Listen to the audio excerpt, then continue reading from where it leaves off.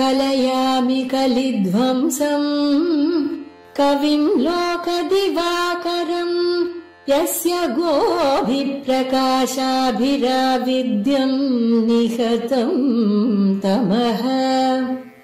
வாழி பரகாலன் வாழி கலிகன்னி வாழி குறையலூர் வாழ்வேந்தன் வாழியரோ மாயோனை வாழ்வலியால் மந்திரங்கொள் மங்கையர்கோன் தூயோன் சுடர் மானவேல். நெஞ்சுக்கிருள் கடிதீபம் அடங்கா நெடும் பிறவி நஞ்சுக்கு நல்லவமுதம் தமிழ நன்னூல் துறைகள் அஞ்சுக்கிலக்கியம் ஆரணசாரம் பரசமய பஞ்சு கனலின் பொறி பரகாலன் பனுவல்களே. எங்கள் கதியே இராமானுசமுனியே சங்கை கெடுத்தாண்ட தவராசா பொங்கு புகழ் மங்கையர் கோனீந்த மறையாயிரமனைத்தும் தங்கு மனம் நீ எனக்கு தா.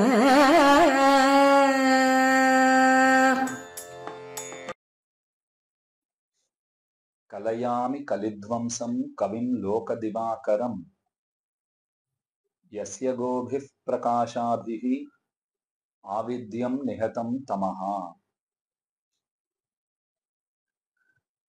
திவ்ய பிரபந்த தாரைங்கிற இந்த உயர்ந்த நிகழ்ச்சியிலே நாள்தோறும் நாம் திவ்ய பிரபந்தங்களினுடைய சீரிய அர்த்தங்களை அனுபவித்து வருகிறோம். திவ்ய பிரபந்தங்கள் ஸ்ரீ வைஷ்ணவர்களுக்கு வாழ்வாதாரம் என்கிற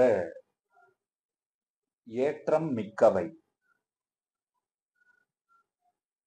அருளிச் செயல் என்று நம்மவர்களால் அழைக்கப்படும் திவ்ய பிரபந்தம் எப்போதும் நாம் அதிலேயே போது போக்க வேண்டும்ங்கிற ஒரு ஆசையை சிந்தனையை கிளர்ந்தெழச் செய்ய வல்லதாகும். இந்த விஷயங்களை திருவுள்ளத்திலே கொண்டே ஸ்ரீமத் பரமஹம்சேத்யாதி ஸ்ரீ யதுகிரி யதிராஜ நாராயண ராமானுஜ ஜீயர் சுவாமி இந்த திவ்ய பிரபந்த தாரைங்கிற நிகழ்ச்சியை தொடங்கி சிறப்பாக நடத்தி கொண்டு வருகிறார். இந்த நிகழ்ச்சியை ஜீயர் சுவாமி சிறப்பாக நடத்துவதற்காக எம்ஓபி சாரிட்டிஸ் அவர்களும் மிகுந்த அக்கறையுடனும் பேரார்வத்துடனும் இந்த நிகழ்ச்சியை ஜீயர் சுவாமியுடன் இணைந்து அவர்களும் வழங்கி வருகிறார்கள். முதலாயிரம்ங்கிற 1000 பாசுரங்களை அவற்றினுடைய அர்த்தங்களை நாம் அனுபவித்து முடித்த பிற்பாடு 2000 ஆயிரமான பெரிய திருமொழி திருமங்கையாழ்வாருடைய அத்புத பிரபந்தம் அந்த கிரந்தத்தினுடைய அர்த்தங்களை தொடர்ச்சியாக அனுபவித்து வருகிறோம்.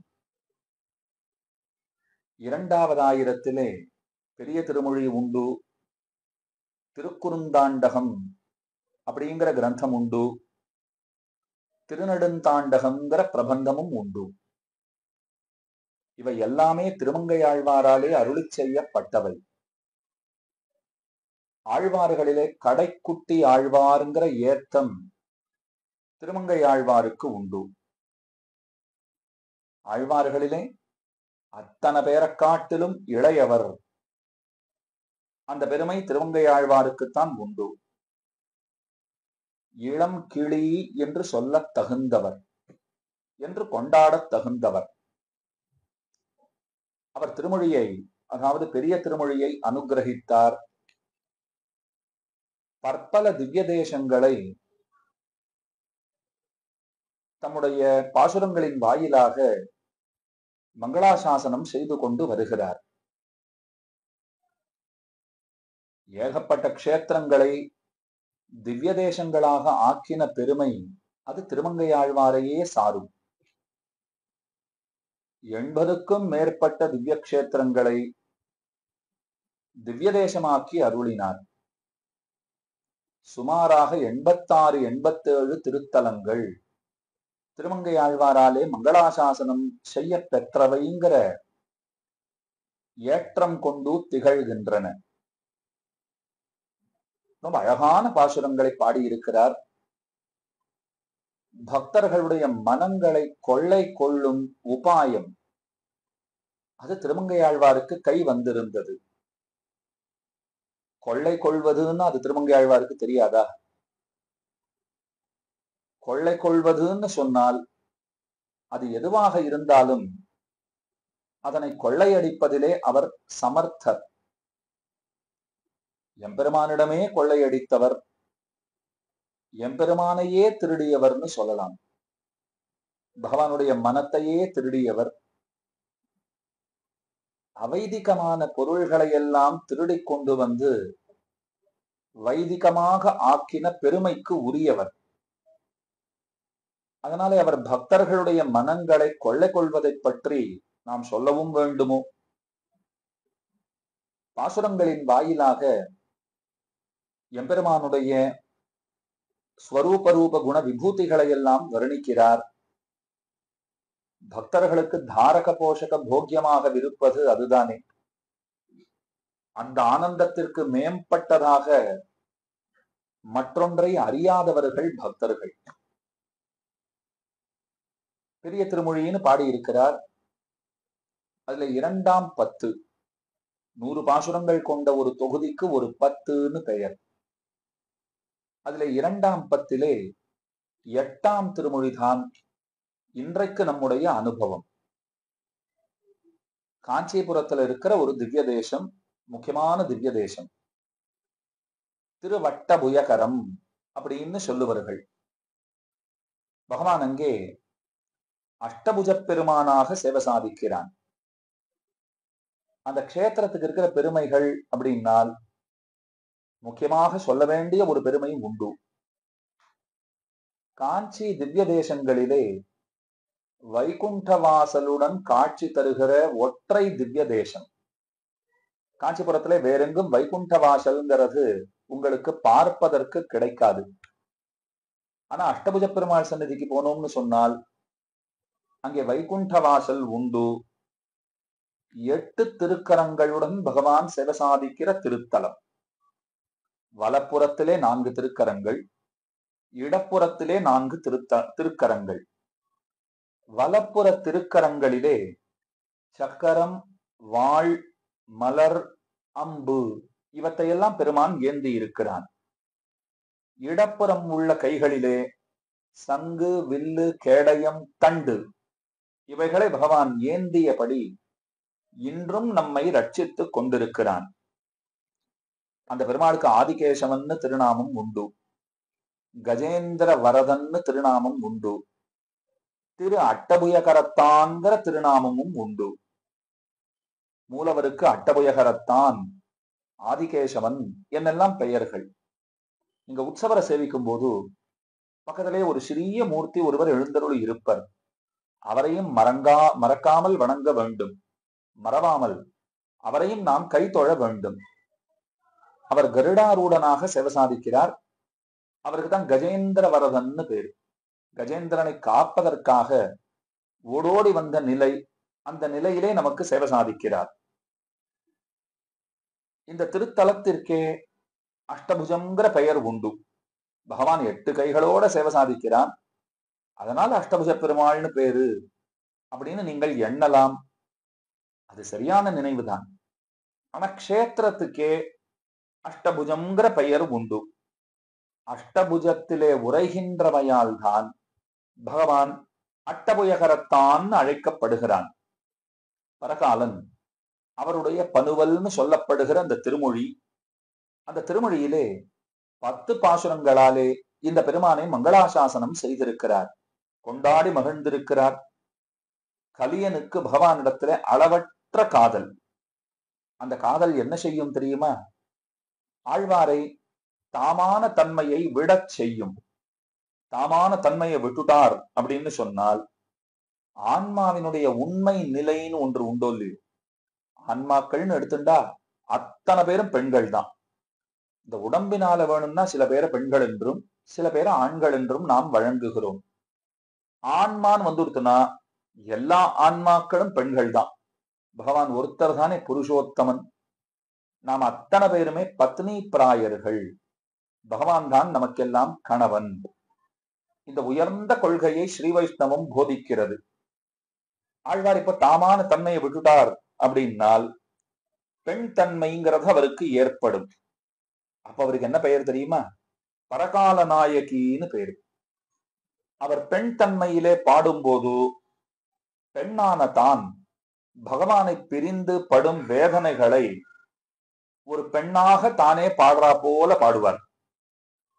அந்த பெண்ணினுடைய தாயார் பாடுறா போலவும் பாடுவார். அந்த பெண்ணினுடைய தோழி பாடுறா போலவும் பாடுவார். அப்ப மொத்தத்துல 4 விதமாக பாடுறாருன்னு புரிஞ்சுக்கணும். தாமான தன்மையிலே பரகாலனாக திருமங்கை ஆழ்வாராக இருந்து பாடுவார். அந்த தாமான தன்மையை விட்டுட்டு பெண் தன்மையை ஏறிட்டுக் கொள்ளுகிறார்னால் அதை ஏறிட்டுக் கொள்றார்னு சொல்ல முடியுமா? ஏன்னா ஆன்மாவினுடைய தன்மைங்கிறதே அது பெண் தன்மைதான்னு சொல்லியாச்சு. அப்ப அந்த தன்மை இயல்பா ஏற்படுறது. அந்த தன்மை ஏற்பட்டதுன்னு சொன்னால் ஒரு பெண்ணாவே பாடுவார். அப்ப பரகால நாயகின்னு பேரு. அந்த பரகால நாயகியினுடைய தாயார் பாடுறா போல பாடுவார். அது தாய்ப்பாசுரம்னு சொல்லப்படும். அதே போல தோழிப்பாசுரம் உண்டு. அந்த பெண்ணினுடைய தோழி சொல்லுகிற வார்த்தைகளை சொல்லுவர் தோழிப்பாசுரம் என்று அவைகள் வழங்கப் பெறும். இந்த திருமங்கையாழ்வார் என்ன பண்ணார்? திருவிடவந்தைங்கிற திவ்ய தேசத்திற்கு சென்றார். மகாபலிபுரத்துக்கு பக்கத்துல இருக்கு பாருங்க. வராகப் பெருமாள் சேவை சாதிக்கிற உயர்ந்த க்ஷேத்திரம், நித்திய கல்யாண பெருமாள் சேவை சாதிக்கின்ற க்ஷேத்திரம். அந்த திருவிடவந்தைக்கு போனார். அந்த திருத்தலத்தை பாடும்போது மகள் படுகின்ற வேதனைகளை கண்ட அவளுடைய தாயார் பகவானை குறித்து பேசுறா போல அந்த பாசுரங்களை எல்லாம் அமைத்தார். அந்த பாசுரங்கள் எப்படி இருக்கும்னா, என்னுடைய பெண் எப்போதும் உன்னையே நினைத்து கொண்டிருக்கிறாள், உன்னை பிரிந்து ரொம்ப அல்லல் படுகின்றாள். இடவந்த ஈசனே, இடவந்த பிரானே, என்ன செய்வதாக நீ உத்தேசித்திருக்கிறாய்? உன் மனத்தால் என் நினைந்திருந்தாய் என்று கேட்பதாக அந்த திருமொழி அமைந்திருக்கிறது. பெண் தன்மையை அடைந்த ஆழ்வார்படும் சிரமங்களை கண்ட பகவான் அவரை தேற்ற வேண்டும்னு திருவுள்ளம் கொண்டான். ஏன்னா திருவிடவெந்தல தாய்ப்பாசுரம். பெண்ணு ரொம்ப கஷ்டப்படுறா, உன்னை பிரிஞ்சு கஷ்டப்படுறா, அவளை என்ன பண்றதாக உத்தேசம்னு தாயார் கேட்டாள் இல்லையோ. பகவான் அந்த பெண்ணை ஆற்ற வேண்டும் அப்படின்னு நினைச்சிருந்தார். சரி, எங்கே ஆற்றலாம்? அந்த பெண்ணை நேராக திருவட்டபுயகரத்துக்கு வரச் செய்தார். அந்த க்ஷேத்திரத்துக்கு வரச் செய்து அவளை தேற்றுவோம் அப்படிங்கிற எண்ணத்தோட 8 திருக்கைகளுடன் மிகவும் இனியவனாக காஞ்சியிலே ஆழ்வாருக்கு முகம் காட்டினான் பகவான். பரகால நாயகி பகவானை பார்த்தாள்.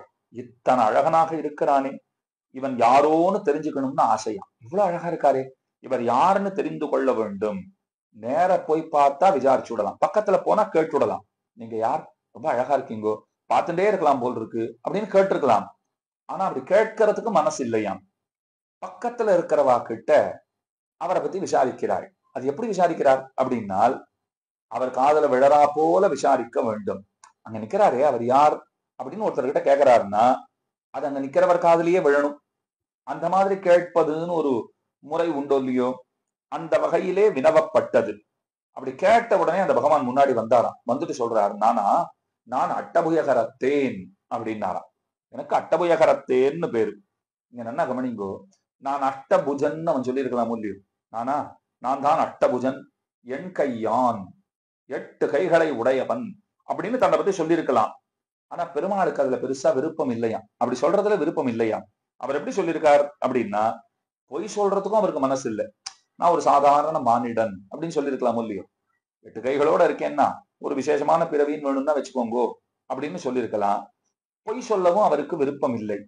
வேற யாரோ ஒருத்தர் பேரை சொல்லிட்டு நான் இமாலயத்துல இருந்து வந்திருக்கேன், ராஜஸ்தானத்துல இருந்து வந்திருக்கேன், இப்படி ஏதாவது சொல்லியிருக்கலாமோ இல்லையோ. அப்படிலாம் சொல்றதுக்கும் மனசு இல்லை. அவர் என்ன அழகா பதில் சொல்லியிருக்காரு பாருங்கோ. என்னை யாருன்னு அவர்கிட்ட கேட்டு இருந்தீங்களே, நான் யாருன்னு சொல்றேன். நான் அஷ்டபுஜங்கிற இருப்பிடத்தை சேர்ந்தவன், அஷ்டபுஜத்தை நித்தியவாசமாக உடையவன், அஷ்டபுஜங்கிற இடத்துல இருக்கிறவன் அப்படின்னு விட்டார். இப்ப இதை பொய்ன்னு சொல்ல முடியாது. அஷ்டபுஜ பெருமாள் இருப்பது அஷ்டபுஜங்கிற இடத்துல தானே. க்ஷேத்திரத்துக்கே அஷ்டபுஜம்னு பேருன்னு சொல்லிட்டேன். திருவட்டபுயகரம்ங்கிறது க்ஷேத்திரத்துக்கே பெயராக இருக்கிறது. தான் அவ்விடத்தை சேர்ந்தவன் அப்படின்னுட்டு அந்த க்ஷேத்திரத்துல இருக்கிறவன்கிறத ரொம்ப சாமர்த்தியமா சொல்லிட்டார். அதனாலதான் இந்த பதிகத்துல பாருங்கோ, பாசுரம் தோறும் இவர் 6 கொல் என்ன அட்டபுயகரத்தே நின்னாரே அப்படின்னு வந்துட்டே இருக்கும். வேதாந்தாச்சாரியர் அஷ்டபுஜாஷ்டகம்னு பாடியிருக்கார். அந்த ஸ்தோத்திரத்துல இந்த பகவானை அழைக்கும் போது அவர் அப்படித்தான் அழைக்கிறார். அஷ்டபுஜாஸ்பதேஷ அப்படின்னு அழைக்கிறார். அப்படின்னா என்ன அர்த்தம்? அஷ்டபுஜத்தை இருப்பிடமாக உடையவனே, எங்கள் ஈசனே அப்படின்னு அழைக்கிறார். அதனால திருத்தலத்திற்கே அஷ்டபுஜங்கிற பெயர் உண்டு அப்படிங்கிறது புரிஞ்சு போச்சு. பிரம்மா ஆரம்பித்து பரகால நாயகி பரியந்தம் அத்தனை பேரையும் தன்னுடைய வசமாக்கி கொண்டவன் இந்த பெருமான். அந்த பெருமானுடைய இயல்பு எப்படிப்பட்டதுன்னா, அடியவர்களை காப்பாத்துறத மேலான பேராக கருதுபவன், பெரிய பேராக அதனை கருதுகிறார். பிரம்மா ஒரு யாகம் பண்ணினார்னு கேள்விப்பட்டிருப்பீங்கோ. காஞ்சிபுரத்திலே சத்தியவரத கஷேத்திரத்திலே ஒரு யாகத்தை பண்ணினார். அந்த யாகம் பண்ணும்போது பல தடைகள் ஏற்பட்டன. அந்த தடைகளை எல்லாம் தகர்த்த பொருட்டு பல ரூபங்களிலே பகவான் வந்து சேர்ந்தான், தடைகளை எல்லாம் தகர்த்தான். அப்படி அவன் கொண்ட ஒரு ரூபம்தான் இந்த திருவட்டபுயகரம்ங்கிற கஷேத்திரத்திலே விளங்குகின்ற அந்த எம்பெருமானுடைய திருவுருவம். இதன் நினைவிலே கொள்ள வேண்டும். பிரம்மா ஸ்தோத்திரம் பண்றார் பாருங்கோ. பெருமானே, உன்னை துதிக்க தோன்றின துதிக்கை முகனை. துதிக்கை முகனைன்னா யானைங்கிறது புரிகிறது, கஜேந்திரன். அந்த கஜேந்திரனை ரட்சித்து நீ கஜேந்திர வரதன்கிற உயர்ந்த திருநாமம் பெற்றவன் அப்படின்னு கொண்டாடுகிறார். அந்த கஜேந்திரனை ரட்சித்து என்ன அழகா நீ பெயரை வாங்கி இருக்கிறாய் பெருமானே, உனக்கு ஆச்சரியமான பெயர் ஏற்பட்டிருக்கு, கஜேந்திர வரதன்கிற பெயர் ஏற்பட்டிருக்கிறது அப்படின்னா. அது என்ன கதை அப்படின்னா, ஒரு ராஜா இருந்தார். கர்மவசத்தால யானையாக ஆகி போனான். ராஜாவா இருந்த போது ஒரு நாளும் திருவாராதனத்தை விட்டது கிடையாது. பகவானுடைய பேரருள் துணை இருந்தது. யானையாய் ஆன பிற்பாடும் பூர்வ ஜென்மத்தினுடைய நினைவு இருந்தது. அதனால இப்பவும் மறவாமல் அவன் பூஜை புனஸ்காரங்களை எல்லாம் சரியாக செய்து கொண்டு வருகிறான். ஒரு நாள் ஒரு நீர் நிலையிலே தாமர மலர்களை கொய்வதற்காக அந்த யானை முயல. அந்த சமயத்திலே அங்கிருந்த ஒரு பெரிய முதலை ஆனையின் காலை கவ்வியது. எல்லாருக்கும் தெரிஞ்சிருக்கிற சரித்திரம். கலங்கி போனது களிறு. தன்னை விடுவித்துக் கொள்ள எத்தனை முயன்றும் முடியவில்லை. பிடிகளும் அதனை காக்க முயன்றன. பெண் யானைகள் பிடித்து காப்பாற்றணும்னு பிடிகள் முயன்றன. ஆனால் தோல்வியே மிஞ்சியது. 1000 தேவ வருஷங்கள் பெரிய போராட்டம்.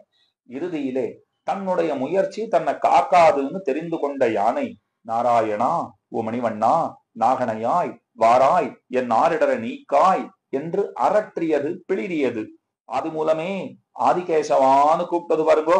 மற்ற தேவதைகள்லாம் காப்பாத்துறதுக்கு தயாராத்தான் இருந்தா. கூப்பிட்டா போலாம், நம்ம பேரை சொன்னா உடனே போயிட்டு வந்துடலாமேன்னு நினைச்சுட்டு இருந்தா. ஆனா அந்த யானை எப்படி கூப்பிட்டுதுன்னு பாருங்கோ. ஆதி மூலமேன்னு கூப்பிட்டுது.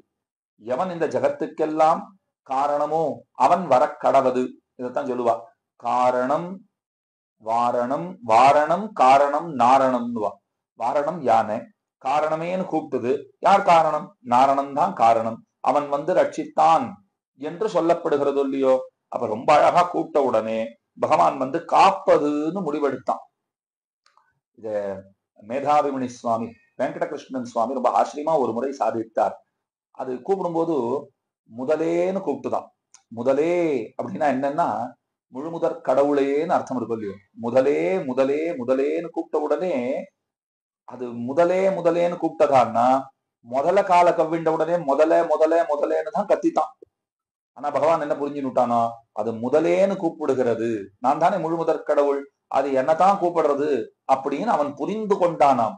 யானை நினைச்சுட்டுதான் நாம முதலேன்னு கத்தினதையே அவன் முதலேன்னு புரிந்து கொண்டு வந்துட்டான்னால், இன்னும் முதலேன்னு கத்திருந்தா அவனையே நினைச்சு கத்திருந்தா எவ்வளவு நன்னா இருந்திருக்கும். வேடிக்கைக்காக சொல்றது. அதனால முதலேன்னு கூப்பிட்ட உடனே முழு முதற் கடவுளான பகவான் ஓடி வந்து ரட்சித்தான். அவன் தான் ஓடோடி வந்து முதலையை முடித்து யானையை காத்தான். யானை பகவானுக்கு நன்றி செலுத்தியது. அப்ப அஷ்டபுஜ பெருமாள் என்ன பண்ணிருக்காரு பாருங்க, தன்னுடைய உத்தரியத்தினாலே, இந்த மேலாடை இருக்கே உபவஸ்திரம்னு சொல்லுவார்கள், அந்த உத்தரியத்தை அதை எடுத்து தன்னுடைய வாயில வச்சு ஊதுட்டு யானையினுடைய காயங்களுக்கு ஒத்தடம் கொடுத்தானாம் பகவான். யானை ஆனந்த கண்ணீர் பெருக பேசியது. பகவானை பார்த்து சொல்றது, ஏ அஷ்டபுஜ பெருமானே, ஏ ஆதிகேசவா, நான் உன்னை கொண்டாடுவேனா, உன்னுடைய அன்பினை கொண்டாடுவேனா, நீ என்னை காக்க ஓடோடி வந்தாயே அந்த வேகத்தை கொண்டாடுவேனா. ஏன்னா பராசர பட்டர் சொல்றார், பகவத ஸ்வராயை நமகா, உன்னுடைய அந்த துவரை இருக்கே, அடியவனை காத்தே ஆக வேண்டும்ங்கிற அந்த ஈடுபாட்டோட நீ ஓடி வந்த பார், அந்த ஓட்டத்திற்கு எத்தனை நமஸ்காரம் பண்ணினாலும் தகும் அப்படின்னு சொல்றாரு இல்லையோ. அதனால பகவான அது வெகுவாக அந்த யானை கொண்டாடுகிறது. விஷ்ணு சகஸ்ர நாமம் பகவானை அனாதி அப்படின்னு அழைக்கிறது. ஏன் அனாதின்னு பேர் தெரியுமா? மற்ற தேவதைகள் எல்லாம் எம்பெருமானை புகழ்ந்தாலும் கூட, பகவானே நீயே உயர்ந்தவன் அப்படின்னு அவர்கள் சொன்னாலும் கூட, அவ்வப்பொழுது தாங்களே உயர்ந்தவர்கள்ங்கிற இருமாப்பு அவர்களுக்கு ஏற்படுமாம். அப்பப்போ பகவானை கொண்டாடத்தான் செய்யறா. ஆனா சில சமயங்கள்ல என்ன ஆயிடுறதுன்னா, என்ன அவன் பெரியவன், நாங்களும் பெரியவாதான், நாங்க தான் பெரியவா அப்படின்னு கூட அவ பேச ஆரம்பித்து விடுவார்களாம். அவர்கள் பிதற்றுவார்கள். அருளையீ என் அம்மானே என்னும் முக்கணம்மானும் பிரமனம்மானும் தேவருகோனும் தேவரும் ஏத்தும் அம்மானன்றோ நீர். ஆனா எல்லா தேவதைகளாலும் கொண்டாடப்படுகின்ற ஒப்புயர்வற்ற தேவதையாக இருப்பவன் நீதான். தேவர்களுக்கு நீ அல்ப பலன்களை எல்லாம் கொடுத்துடுற. அல்ப பலன்களை பகவான் தராரான்னா அவ என்ன கேட்கிறாளோ அதுதான் தர முடியும். தேவர்கள் கேட்பது அல்பாஸ்திரங்களான பலன்கள். அந்த பலன்களை எல்லாம் பகவான் தருகிறான். ஆனா பகவான் இடத்துல வந்து எனக்கு எல்லாமே நீதான், நான் ஒன்னதான் ஆசைப்படுறேன்னு சொல்றவா இருப்பா பாருங்கோ, அவர்களுக்கு தன்னையே தருபவனாக அவன் இருக்கிறான். எனக்கே தன்னை தந்த கற்பகம்னு பாசனம் இருக்கும் இல்லையோ. அதனாலதான் பகவான் அனாதின்னு அழைக்கப்படுகிறான்னு சொல்லப்படுகிறது. இன்னொன்னு சொல்றேன், ஸ்ரீ விஷ்ணு சகஸ்ரநாமத்திலே சப்த சகான்னு ஒரு திருநாமம் ஆரம்பிக்கிறது பாருங்க.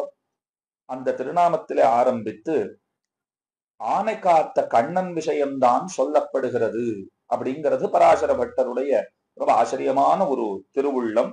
நம்ம சாதாரணமா காலை கண் விழித்த உடனே கஜேந்திர மோக்ஷ விருத்தாந்தத்தை நினைச்சுக்கணுமா. அது நினைச்சுட்டா ரொம்ப நல்லது. ஏன் அப்படின்னா, கெட்ட ஸ்வப்னங்கள்னால நமக்கு ஏற்படுகிற கிளேசங்கள் எல்லாம் உருமாய்ந்து ஒழியும். இது ரொம்ப உபயோகமான தகவலா இருக்கும். நான் நிறைய பேர் சொல்றாங்க இல்லையோ, ராத்திரி கெட்ட ஸ்வப்னம் எல்லாம் வருது கார்த்தால, அதனால மனசு ரொம்ப சஞ்சலப்படுறது. கவலையே படாதீங்க. கார்த்தால எழுந்த உடனே கஜேந்திர மோக்ஷ விருத்தாந்தத்தை நினைச்சுக்கோங்க. படுக்கையில நின்னா சம்மணம் விட்டு அமர்ந்து கொண்டு கைகளை கூப்பிக் கொள்ளுங்கள். யானை ஒண்ணு பூவை பறிக்கிறதுக்காக தடாகத்துல இறங்குறா போல நினைச்சுக்கோங்க. முதல காலை கவ்வி கொள்கிறது. யானை பெருமானை கூப்பிடுகிறது. பகவான் ஓடோடி வந்து யானையை காக்குறான். இப்படி நினைச்சுட்டா என்ன சுவாமி ஆகும்னால், தீய ஸ்வப்னங்களாலே உண்டாகும் தொல்லைகள் பிணிகள் எல்லாம் அகன்று போகும் அப்படின்னு சொல்லி வச்சிருக்கா. உத்தாரணோ துஷ்கிருதிகா புண்ணியோ துஸ்வப்ன நாசனஹான்னு சஹஸ்ரநாமம் பேசுறது பாருங்க. அதை நினைவிலே வைத்துக் கொள்ள வேண்டும். அதனால இந்த பெருமானுக்கு முதல்லயே ஆதிகேசவன் பேரு, அப்புறம் கஜேந்திரவரதன் அழைக்கப்பட்டான். அஷ்டபுஜங்கிற கஷேத்திரத்துல இருக்கிறபடியினாலே, தவிரவும் 8 திருக்கரங்களோட கூடினவனாக இருக்கிறபடியினாலே அஷ்டபுஜ பெருமாள்னும் அழைக்கப்படுகிறான். பிரம்மா யாகம் பண்ணார்னு சொன்னேனே, அந்த பிரம்மா யாகம் பண்ண போது அவருக்கு பல இடர்பாடுகள் ஏற்பட்டது. ஏன், எதனாலே இடர்பாடுகள் அப்படின்னா, ஒண்ணுமில்ல, கோச்சிண்டு போயிட்டா சரஸ்வதி. மனைவியா இருக்கிறவள் கோபித்து கொண்டு தன்னாற்றங்கரையிலே, சரஸ்வதி நதியினுடைய கரையிலே தவமையற்ற சென்று விட்டாள். பிரம்மாவுக்கு சாபம் இருந்தது. 1000 அஸ்வமேத யாகங்களை அவர் செய்தாக வேண்டும். அப்பதான் பிரம்ம பதவியிலே நீடித்திருக்க முடியும். ஒரு அஸ்வமேத யாகம் பண்றதுனாலே கஷ்டம், இதுல 1000 அஸ்வமேத யாகங்களை எங்கிருந்து செய்ய அப்படின்னு அவர் கவலை கொண்டார். அப்பதான் அசரீரியா பகவான் சொன்னார், நீ நேரே துண்டீர மண்டலத்திலே சத்தியபிரத கஷேத்திரம்ங்கிற இடம் இருக்குபார், அங்கே போய் ஒரு அஸ்வமேத யாகம் பண்ணு. பிரம்மா கேட்டார், 1000 பண்ண சொல்லியிருக்கா, நீ ஒண்ணு பண்றதுக்கு இடத்த சொல்லிட்டு இருக்கியேன்னு கேட்டார். அசரீரியாக பகவான் சொன்னான், அந்த க்ஷேத்திரத்திலே ஒரு முறை நீ அஸ்வமேத யாகத்தை செய்வாயாகில் அது 1000 அன்று கோடி அஸ்வமேத யாகங்களாக கணக்கிட பெறும். எவ்வளவு சௌகரியமா போச்சு பாருங்க. காஞ்சிபுரத்துல நீங்க 1 ரூபாய் தானம் பண்ணினீர்களானால் கோடி ரூபாய் தானம் பண்ணினதா கணக்கு எழுதுவாளாம். ஒரு சின்ன நல்ல காரியம் பண்ணி பாருங்க, அது கோட்டி பெருமானம் உள்ளதாக ஆகும் அப்படின்னா. ஒரு குழந்தை அடியனிடத்துல கேட்டான், சுவாமி நாம பண்ற பாப்பமும் அப்படித்தான் கணக்கிடப்படுமான்னு கேட்டான். அடியனுக்கு கொஞ்சம் தூக்கி வாரித்தான் போட்டுது. அப்ப சின்னதா ஒரு நல்லது பண்ணா அது கோட்டி பெருமானம் உள்ளதாக ஆகிறதுன்னா, பண்ற பாப்பமும் அப்படித்தான் என்ன? அது அப்படி கிடையாது. பாபம் பண்ணினால் அறியாமல் செய்த பிழைகள் அவ்வூரிலே கணக்கில் கொள்ளப்படுவதே இல்லை. அப்படி வச்சுக்கோங்க. ஜாகிரதையா தான் சொல்லியிருக்கேன், அறியாமல் செய்கிற பிழைகள்னு சொல்லியிருக்கேன். நாம தெரிஞ்சே யார் நம்மள என்ன செய்ய முடியுங்கிற எண்ணத்தோடு தானே தீமை செய்பவர்களாக இருக்கிறோம். அதுக்கெல்லாம் என்ன அனுபவிக்கணுமோ அத பகவான் நாம ரொம்ப சிரமப்படாத வகையிலே அந்த அனுபவங்களை நமக்கு தந்து நம்மை நற்கதியிலே சேர்த்து கொள்வானாக. அப்படிதான் சொல்லணும். இப்போ ஏன்னா தெரிஞ்சே பண்ணா என்ன சொல்றது? இப்போ தெரியாமல் செய்கிற பிழைகள், ஆனா தெரிந்தே செய்திருந்தாலும் கூட அந்த பிழைகளுக்காகவும் நாம பశ్చాத்தாபப்பட்டு பெருமானிடத்திலே வேண்டிக் கொண்டு இனிமேல் செய்ய மாட்டேங்கிற அந்த உறுதியை அளித்தோம்னு சொன்னால் அந்த வார்த்தைக்கு பகவான் இறங்குகிறான். கூறத்தாழ்வான் ரொம்ப ஆச்சரியமா சாதிக்கிறார். அது எத்தனை பெரிய பாபமாக இருந்தாலும் சரி, இனிமேல் செய்ய மாட்டேன்னு ஒருத்தன் கை வாங்கினான்னு சொன்னால் அந்த கணமே பெருமான் அவனையும் அனுகிரகிக்கிறான், அவனை நிச்சயமாக பொறுக்கிறான்னு சாதிக்கிறார். அதனால இந்த இடத்துல பாருங்க, பிரம்மா சொன்னார் 1000 அஸ்வமேத யாகங்கள் பண்ணணுமேன்னா சத்தியவிரத கஷேத்திரத்துல 1 பண்ணா கோடிக்கணக்கான அஸ்வமேத யாகங்கள் செய்ததாக கணக்கிலே கொள்ளப்படும் என்று சொல்லப்பட உடனே காஞ்சியை நோக்கி புறப்பட்டு போனான். மனைவி கோச்சின் போயிருக்காளே, கூப்பிடுறதுக்குன்னு ஆளெல்லாம் அனுப்பிச்சு பார்த்தார். சரஸ்வதி வரதா இல்லை. அவருக்கு சாவித்திரி, காயத்ரின்னு மத்தைய மனைவிமார்கள் நிறைய பேர் உண்டு. அவர்களை எல்லாம் கூட வைத்துக் கொண்டு யாகத்தை ஆரம்பிச்சுட்டார். சரஸ்வதிக்கு போய் அசுரர்கள் எல்லாம் துர்போதனை பண்ணினார்கள். உங்க ஆட்டுக்காரர் ஒண்ணு விட்டுட்டு யாகம் எல்லாம் பண்ணிட்டு இருக்காரு பார், இது நியாயமா? இப்படி நீ வாழாது இருக்கலாமா? எப்படியேனும் அதை கெடுக்க வேண்டாமா? அப்படின்னு எல்லாம் கேட்டா. உடனே அவளும் சித்தம் கலங்கியவளாய், எப்பாடுபட்டேனும் இந்த யாகத்தை கெடுத்து விட வேண்டியது என்று முடிவெடுத்து கொண்டாள். முதல்ல யாரோ ஒருத்தன் ஒரு பெரிய இருட்டை உண்டாக்குற அசுரன் வந்துட்டான். அந்த இருட்டை போகிறதுக்கு தான் பகவான் தீப பிரகாசனாக வந்தான்ங்கிறது சரித்திரம் இருக்கோ இல்லையோ, அதே போலத்தான் திரும்பவும் ஒரு தடையை உண்டு பண்ண வேண்டும் என்று எண்ணியவளான சரஸ்வதி என்ன செய்வது என்று நினைத்து கொண்டிருந்தாள். ஒருத்தர் யாகம் பண்ணணும்னு ரொம்ப ஆசையோட பண்ணிட்டு இருக்கார், அதை கெடுக்கணும்னு ஒருத்தி ஆசைப்பட்டு இருக்காளேனால் நல்ல காரியங்களுக்கு தடைகள்ங்கிறது ஏற்படத்தான் செய்யும். ஒண்ணு தெரிஞ்சுக்கணும், தடைகள் ஏற்பட்டாத்தான் அது நல்ல காரியம்ங்கிறார். நல்லது செய்வதென்றால் எத்தனை எத்தனை தடைகள் உண்டாகிறது. அதே ஒரு கெட்டதை பண்ணணும்னு பாருங்க, அது ரொம்ப சுலபமா முடிஞ்சு போயிடுமா? கட்டமே படாத கெட்டது நடந்து விடும். இது என்ன விந்தை! இந்த விஷயங்கள் எல்லாம் பிரம்மா நினைச்சுட்டே இருக்கார். ஆனா அவர் ஒரு விஷயத்துல உறுதியா இருந்தார், இனியும் தனக்கும் வேள்விக்கும் பிரச்சனைகள் வரும் தான், வராமல் போகாது. ஆனால் கவலைகள் இல்லைன்னார் பிரம்மா. ஏன் கவலை இல்லை அப்படின்னா அவர் சொல்றார், நிச்சயமா பிரச்சனைகள் வரத்தான் செய்யும், ஆனால் நான் பயப்படவில்லை. ஏன் அப்படின்னா அவர் உறுதியா சொல்றார், சரஸ்வதியோட கோபத்தை, அவளுடைய செயல்களை முறியடிக்கும் ஆற்றல் நிச்சயமா எனக்கு கிடையாது. அது சிரிச்சுட்டே சொல்றார். எப்படி சிரிச்சுட்டே சொல்றீங்கன்னா அவர் சொன்னார், நான் தயாரா இல்ல, என்னால் சமாளிக்க முடியாதுன்னு தான் சொன்னேனே தவிர பகவானாலே ஆகாதது ஒன்று உண்டோ? அவரால முடியாதுன்னு நான் சொன்னேனா? அவர் திரும்ப திரும்ப நிச்சயமாக நம்மை ரட்சித்து கொண்டுதான் வருகிறார். அவரை நாம சந்தேகப்படலாமா? என்னை ஒரு கருவியாக கொண்டு இந்த காஞ்சி மாநகரிலே அவன் எழுந்தருள அவன் திருவுள்ளம் கொண்டிருக்கிறான். அதை என்ன கொண்டு செய்து கொண்டிருக்கிறான். அசரீரியா அவன் தானே வந்து இங்க அஸ்வமேத யாகத்தை பண்ண சொன்னது. அப்ப இங்க என்னென்ன தடைகள் எல்லாம் ஏற்படுமோ அதெல்லாம் போக்க வேண்டியது அவன் பொறுப்புத்தானே, அவன் பார்த்து கொள்வான். இந்த நம்பிக்கை தான் நமக்கும் வேண்டும். நமக்கு பிறவி கொடுத்து இங்க அனுப்பியவர் அவர் தானே, அப்ப அவர் பார்த்து கொள்ள மாட்டாரா? அந்த நம்பிக்கை, அவன் நமக்கு துணை இருக்கிறான்ங்கிற தெளிவு, அந்த தெளிவு நம்மிடம் இருக்கிறதுன்னு சொன்னால் ஒருபோதும் அவன் கைவிடுவதில்லை. பிரம்மா நிதானமா வார்த்தைகளை சொன்னார். இப்ப என்னுடைய எதிர்பார்ப்பெல்லாம் அவன் அடுத்து என்னவாக வந்து இந்த யாகத்தை ரட்சிக்க போகிறான்ங்கிறது தான். அந்த பெருமானை நான் எப்படி துதிக்க போகிறேன்ங்கிறது தான். ஏன்னா முதலிலே விளக்கொளியா தீப பிரகாசனா வந்துட்டார். அடுத்தது சிம்ஹேந்திரனாய் தோன்றினான். சிம்ஹேந்திரன் இன்னைக்கு திருவேளுக்கை ஆளரின்னு முகுந்த நாயகன் சேவை சாதிக்கிறார் பாருங்கோ. அந்த பெருமாளாக வந்தும் யாகத்தை ரட்சித்துக் கொடுத்தான். அடுத்து பெருமானுடைய எழிற்கோலம் என்ன, இதைத்தான் நினைச்சிட்டு இருக்கேன். இதுதான் என்னுடைய விசாரம். வசிஷ்டர் கொண்டாடிவிட்டார் பிரம்மாவை. என்ன உறுதிப்பாடு தந்தையே, உம்முடைய உறுதிப்பாடு கண்டு நாம் மிகவும் ஸ்லாகித்தோம் அப்படிங்கிறார். பகவான் இடத்துல உனக்கு எத்தனை விசுவாசம் இருக்கிறது, எத்தனை நம்பிக்கை இருக்கிறது அப்படின்னு கொண்டாடினார். அதுக்கு மேல என்ன ஆச்சுங்கிறது தான் பாத்துக்கணும். சரஸ்வதி கோச்சுண்டு போயிட்டான்னு சொன்னேன்னா, அந்த கோச்சுண்டு போன சரஸ்வதி அவன் என்னமோ திரும்ப வரப்போறது இல்லை. இங்க வேடிக்கை பாருங்க, சாதாரணமா ஆத்திரமுடையவர்களை எல்லாம் புத்தி குறைவானவர்கள்னு சொல்றது வழக்கம். ஆத்திரக்காரனுக்கு புத்தி மட்டுன்னு கேள்விப்பட்டிருக்கீங்களோ இல்லையோ? இங்க சரஸ்வதிக்கே புத்தின்னு பேரு. ஏன்னா அறிவு புத்தி அவதான சரஸ்வதி. ஆத்திரம் இருந்தா புத்தி வேலை செய்யாது. இங்க புத்திக்கே ஆத்திரம் ஏற்பட்டிருக்கு, சரஸ்வதிக்கே ஆத்திரம் ஏற்பட்டிருக்கோ இல்லையோ? அவ சும்மா இருக்க போறது இல்லை, ஏதாவது தொந்தரவு செய்யத்தான் போகிறாள். ஆனால் பகவான் பார்த்து கொள்ளுவான் அப்படின்னுட்டு பேசிட்டு இருந்தா. அதே போல சரஸ்வதியும் காளியை துணைக்கு அழைத்தாள். காளியினுடைய பெயரை கலையரசி சரஸ்வதி உச்சரித்தாள். காளி வந்துட்டா. ஆழ்கலை அழகின்னு பேரு சரஸ்வதி. அந்த ஆழ்கலை அழகி அவள் கட்டளை இட்டாளாம், ஹே காளி, உடனடியா நீ பல பேரை அழைச்சுண்டு போ. பிரம்மா பண்ற வேள்வி நடக்கிற இடம் இருக்கே, அந்த இடத்துக்கு போயிட்டு எப்பாடுபட்டாகிலும் அந்த வேள்வியை கெடுத்து விடு, நிறுத்தி விடு. காளியும் பல அசுரர்களை எல்லாம் கூப்பிட்டு கொண்டு புறப்பட்டு போனாள். அட்டகாச சிரிப்புடன் வெளியிலே தொங்கவிடப்பட்ட கூர்மையான கோரப்பற்கள் அதெல்லாம் இரத்த கரையோட விளங்குகிறதாம்.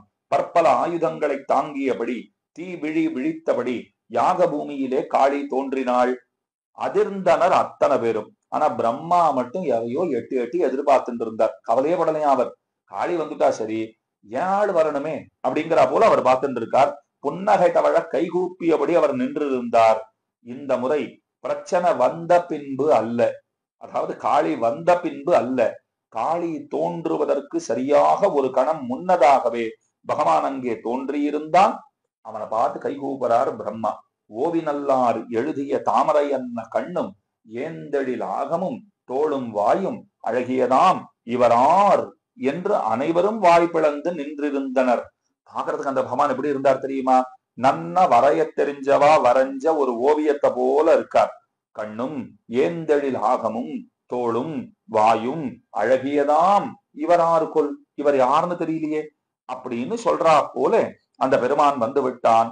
பிரம்மனையும் அவனுடைய வேள்வியையும் ரட்சிக்க 8 திருக்கரங்களுடன் பகவான் அங்கே எழுந்தருளி இருந்தான். எண்வகை ஆயுதங்களை தாங்கியவனாக தோன்றினான். இல்லையா, ஒண்ணு மலர்ன்னு சொன்னீரே சுவாமி, பூவை பிடிச்சுட்டு இருக்காருன்னு சொன்னீரே, அதையும் ஆயுதத்தோட சேர்ப்பீர்களானால் ஒண்ணு நல்லா தெரிஞ்சுக்கோங்க. பக்தர்களுக்கு பகவானுடைய ஆயுதங்களும் ஆபரணங்கள் தான். பக்தி இல்லாதவர்களுக்கு பெருமானுடைய ஆபரணங்கள் கூட ஆயுதங்கள் தான்.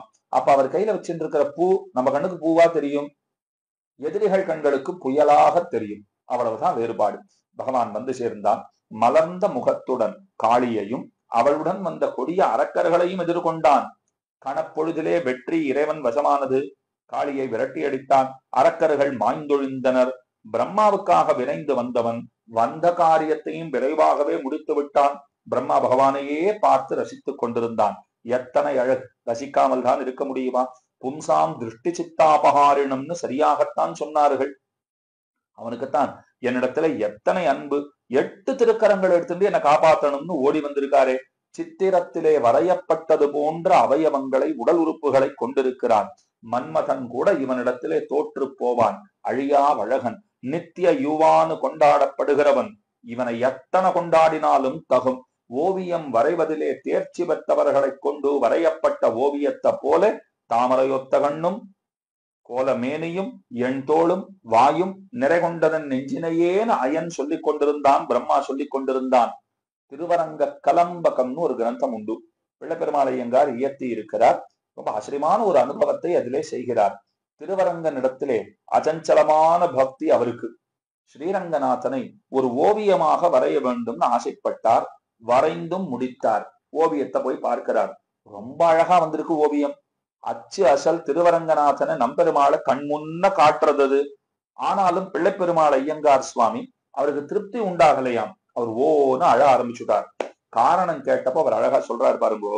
வாழும் மவுலித்துழாய் மணமும் மகரக்குழைதோய் விழி அருளும் மலர்ந்த பவள திருநகையும் மார்பிலணிந்த மணிச்சுடரும் தாழுமுளரி திருநாபித்தடத்துழடங்கும் அனைத்துயிரும் சரணகமல துமை கேழ்வன் சடையிற் புனலும் காணேனால் ஆழமுடைய கருங்கடலின் அகடு கிழிய சுழித்தோடி அலைக்கும் குடக்காவிரி நாப்பனை வாயரவில் துயிலமுதை ஏழு பிறப்பில் அடியவரை எழுதாப் பெரிய பெருமானை எழுதவரிய பெருமான் என்று எண்ணாது எழுதியிருந்தேனே. அத்தனை அழகான பாட்டு பாருங்க. அவர் சொல்றார், படம் வரைஞ்சுட்டேன், பாக்குறவாள்லாம் படம் ரொம்ப நன்னா இருக்கு, தத்ரூபமா இருக்குன்னு தான் சொல்றார், ஒரு குறையும் இல்லைன்னு சொல்றார்.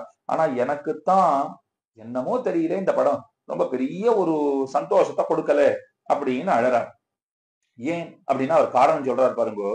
படத்துல பகவானுக்கு நான் திருத்தோழா மாலை சாத்தி இருக்கிறேன், மாலை நன்னா சேவையாருது, ஆனா அதுல இருந்து வாசனை வரமாட்டேங்கிறது என்கிறார். வாசனை வர வேண்டாவோ, அது வரலையே. துழாய் முடியிலிருந்து நாற்றம் வரவில்லையே, வாசனை வரலையே. படத்துல பெருமாளுடைய விழிகள் நன்னா பேசுகின்றன, வாஸ்தவம் தான், ஆனா அந்த விழிகளின் அருள் வெள்ளமிடவில்லையேங்கிறார். என்னை அப்படியே நினைக்க வேண்டாமா, அதை செய்யலையே, என் செய்கிறேன் நான். விம்மி வெளிவிழுகின்ற சிரிப்பினை, அவ்வனுபவத்தினை இந்த படம் தரலையே அப்படிங்கிறார். சிரிப்பு தெரியறது, ஆனா அந்த சிரிப்பு விம்மி வெளிவிழுகின்னா போல இருக்கணுமே, அந்த உணர்வு வரலையேங்கிறார். படத்துல நீலநாயகம் கூட தான் நல்லா வரைஞ்சி வச்சிருக்கேன், நீலநாயகம்னு பார்த்தா தெரிகிறது, அது ஒளி வீச வேண்டுமே, அது நடக்கலையே இங்க அப்படிங்கிறார். ஞாலமேழுமுண்ட திருவயிறு சேவிச்சா அந்த உலகங்கள்லாம் சேவையாக வேண்டாமா எனக்கு, அது தெரியலையேங்கிறார். அரங்கன் திருவடிகளே தஞ்சம் என்கிற நினைவோடு அவனுடைய ஸ்ரீபாத தீர்த்தத்தையே தலையில் தாங்கி இருக்கிற பெருமையுடைய சிவன், அவன் பக்கத்துல அந்த கங்காதனம் தெரிய வேண்டாமா. ஹரிபாதோதகம்னு கங்கைக்கு பெயர், எம்பெருமானுடைய ஸ்ரீபாத தீர்த்தம், அதைத்தான் தன்னுடைய ஜடாமுடியிலே சிவன் தரித்திருக்கிறார், அது சேவையாக வேண்டாவோ, அதுவும் தெரியலையே அப்படிங்கிறார். உபய காவேரி மத்தியத்திலே ஐந்தலை அரவில் நாகத்திலே துயில் கொள்ளும் எம்பெருமான் அடியவர்களுக்கெல்லாம் முக்தி தருபவனாக இருக்கிறான், பெரிய பெருமாள்னு கொண்டாடப்படுகிறான். ஓவியத்தெழுத ஒன்னா உருவத்தாய், வாலி சொல்றான் பாருங்க கம்பராமாயணத்துல, அழகான பாட்டு. கோவியல் தருமமுங்கள் குலத்துதித்தோர்கட்கெல்லாம் ஓவியத்தெழுத ஒன்னா உருவத்தாய் உடமையன்னோ ஆவியை சனகன் பெத்த வண்ணத்தை அமிழ்தின் வந்த தேவியை பிரிந்த பின்னை திகைத்தனை போலும் செய்கை அப்படிங்கிறான். மாறல என்ன அம்பு தைச்சிருக்கு, அதுல ராமநாமம் தெரியறது. வாலி பார்த்தான், யார் அடிச்சான்னு பார்த்தா ராமநாமம் தெரிந்தது. ராமனா அடித்தான், மனைவியை பிரிந்த பிற்பாடு அவனுக்கு பைத்தியம் முடிச்சு போச்சு போல் இருக்கு, அதனாலதான் என்ன மறைஞ்சிருந்து அடிச்சுட்டான் அப்படின்னு சொல்லுகிறான். அப்ப அழகா ஒரு வார்த்தை போட்டான், ஓவியத்தெழுத ஒன்னா உருவத்தாய், உன்னை ஓவியத்துல வரைந்து பார்ப்பதுங்கிறது கூடுமோ அப்படிங்கிறான். அத போலத்தான் இந்த இடத்துல நன்னாதான் வரைஞ்சிருக்கேன், ஆனாலும் பெருமானை அவன் வரைய முடியாதவன்கிறத தெரிஞ்சுக்காத வரைஞ்சுட்டேனே, ஓவியத்தெழுத ஒன்னா உருவத்தாய் உடமையன்னோன்னு சொன்னா போலே இவரும் சொல்லுகிறார், நன்னா வரைஞ்சேன், ஆனா பெருமான வர முடியாது என்று தெரிந்து கொண்டேன். ஏழு பிறப்பில் அடியவரை எழுதா பெரிய பெருமானை எழுதவரிய பெருமான் என்று எண்ணாது எழுதி இருந்தேனே. அத போலத்தான் பிள்ளை பெருமாளை எங்கார் நிலைமைய போலத்தான் இங்க பிரம்மாவினுடைய நிலைமையும் அமைந்திருக்கிறது.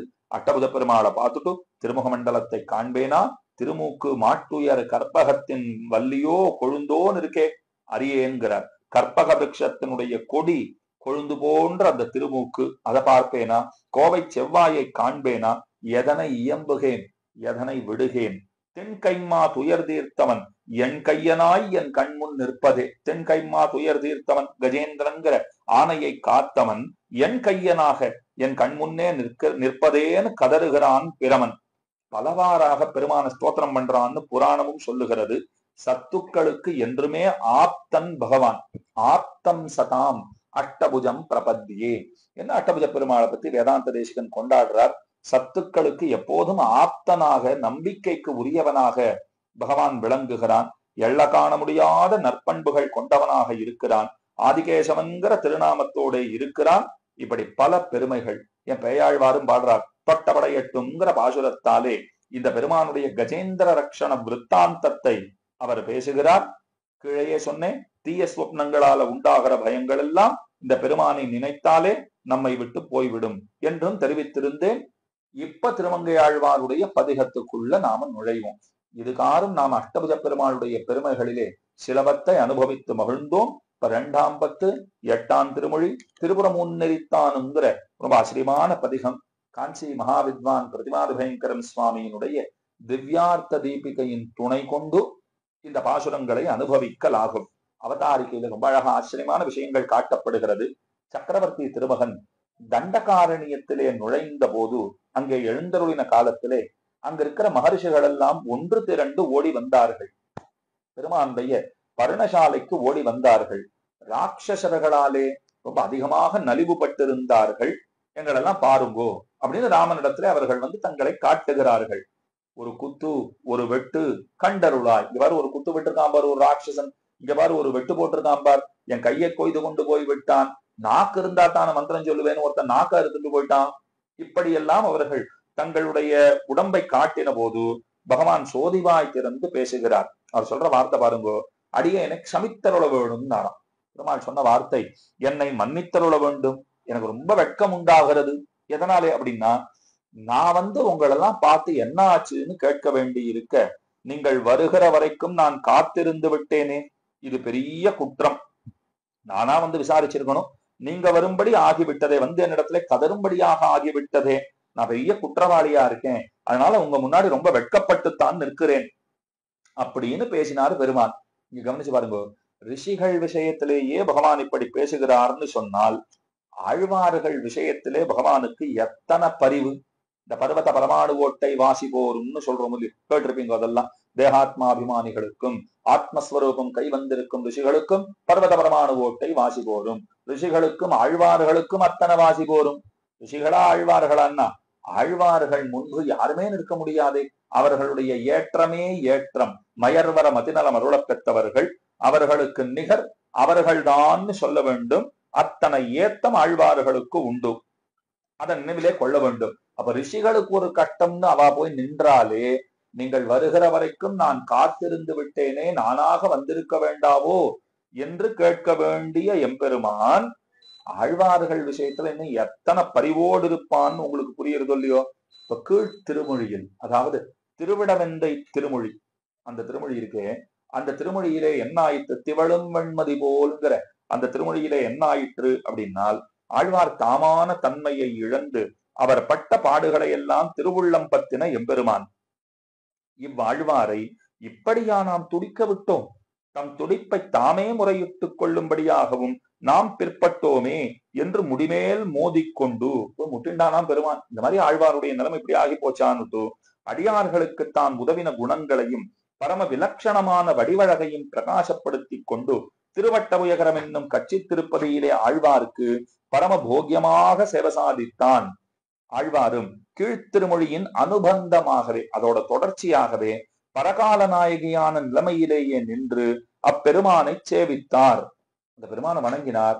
இதுவரைக்கும் என்றைக்கும் எங்கும் காணாத ஒரு திருக்கோலமாக அது இருந்தது. ஆழியோடும் பொன்னாறு சாருங்கமுடைய வடிகளை இன்னார் என்னறியேன்னு சொன்னா போலே அந்த பெருமானை இன்னான் என்ன அறிய மாட்டித்திலர். பார்க்க அழகா இருக்கார், ஆனா யாருன்னு தெரியலையே. சரி, இப்ப யாருன்னு தெரியலன்னா என்ன, தெரிஞ்சுன்னு என்ன போறதுன்னா அப்படியும் இருக்க முடியல. யாருன்னு தெரிஞ்சுக்கணும்னு ரொம்ப ஆசையா இருக்கு, ஸ்வபுத்தியாலே அறிந்து கொள்ளவும் முடியவில்லை. நம்முடைய எத்தனத்தினால, நம்ம முயற்சியினால பகவானை தெரிந்து கொள்ளணும்னு நாம முற்பட்டோமாகில் நாம் தோற்றுத்தான் போவோம். பகவானை தெரிஞ்சுக்கிறதுனா என்ன தெரியுமா, அவரை தெரிஞ்சுக்கவே முடியாதுன்னு தெரிஞ்சுக்கிறது தான் அவரை தெரிஞ்சுக்கிறது. யாராவது ஒருத்தர் நான் அவரை தெரிஞ்சுட்டு இருக்கேன்னு சொன்னால் அவர் பகவானை அறியவில்லைங்கிறது தான் அர்த்தம். ஏன்னா அவனுடைய பெருமேன்மைகளை முழுவதுமாக நம்மாலே அறிந்து கொள்ள முடியுமானால் அது ஆழ்வார்களால் மட்டும்தான் முடியும். அதனால யாருன்னு தெரிஞ்சுக்கணும்னு ஆசை, நாம முயற்சி பண்ணி தெரிஞ்சுக்கலாம்னா அதுவும் நடக்கல. நீர் யாருன்னு போய் கேட்கலாம்னா வாய் எழும்ப மாட்டேன் என்கிறது. அவரே பார்த்து கேட்டுவிடலாம். முகத்தை நேரே பார்த்து வார்த்தை சொல்ல முடியாதபடி அந்த சோதி வெள்ளம், அவருடைய அந்த திவ்யமான தேஜஸ் இருக்கிறதே, அது அலையெறிந்து தள்ளுகின்றது. அதனால மூஞ்சிய பார்த்து நீ யாருன்னு கேட்க முடியல. ஆனா மனசுல என்ன தெரியுமா தோன்றது, நிச்சயம் நம்ம பர்த்தாவா தான் இருக்கக்கூடும், நம்ம கணவர் தான் அவர், நம்மவர் அவர் அப்படின்னு தான் மனசு சொல்லுகிறது. அதனால ஒரு வெட்கமும் ஏற்படுகிறது. அந்த வெட்கத்தோட போய் நீ யாருன்னு கணவரை பார்த்து கேட்கறதுக்கும் மனசு வரமாட்டேன் என்கிறது. ஆனா கேட்டு தெரிந்து கொள்ள ஆர்வமும் விருப்பம் அது அதிகரித்து விட்டது. அப்ப என்ன பண்ணலாம்னா, வேறொருவரை பார்த்துட்டு அந்த பெரியவர் யார் அப்படின்னு கேட்க, அதுக்கு பகவானே முன்னாடி வந்துட்டு நான் அட்டபுயகரத்தேன் அப்படின்னு மறுமொழி கூற, படுக்கை தலையிலே இப்படி சில வார்த்தைகள் நடந்து கொண்டிருப்பதை பரகால நாயகியின் தாய்மார் தோழிமார் முதலானார் செவியுற்று, நங்காய் ஏதேனும் பிரமித்தாயோ, இவை என்ன வார்த்தைகள், ஏதேனும் பிரமித்தாயோ. இந்த பெண் அப்படியே படுத்துட்டே இதெல்லாம் சொல்லிட்டு இருக்கா. இவர் ஆர்கொல் அட்டபுயகரத்தேன் என்னாரே அப்படின்னு சொல்லிட்டு இருக்காள் இல்லையோ. பக்கத்துல அம்மா தோழி எல்லாரும் வந்துட்டா. என்ன பெண்ணே என்ன ஆச்சு அப்படின்னு அவர்கள் வந்து கேட்ட உடனே அவ சொல்றா, இன்னும் பிரமம் எல்லாம் ஒண்ணும் இல்ல, ஒரு மகா புருஷரை சேவிக்க பெற்றேன். இவர் யாருன்னு கேட்டேன். திருவட்டபுயகரத்து நாயனார், நான் தான் அட்டபுயகரத்தேன் என்று உத்தரமருளி செய்கிறார் காண்மின் என்று பரகால நாயகி தன் தாய்மார்க்கும் தோழிமார்க்கும் நடந்த வரலாறு சொல்லுவதாய் இருக்கிறது இத்திருமொழி. ஆழ்வார் எம்பெருமானை அனுபவிக்கும் விதங்களில் இதுவும் ஒரு ஆச்சரியமான விதமாகும் என்க. இந்த இடத்துல என்ன சொல்ல வர்றார் சுவாமி அப்படின்னால், அது தாமான தன்மையை விட்டுட்டு அந்த பெண் பாவனையில பாடுறதுங்கிறது ஒரு வகை. கீழ்த்திருமொழி தாய்ப்பாசுரம், கீழே நாம் அனுபவித்த, நீங்கள் கேட்டு அனுபவித்ததான திருவிடவந்த பதிகம் இருக்கிறதே, அது தாய்ப்பாசுரம்.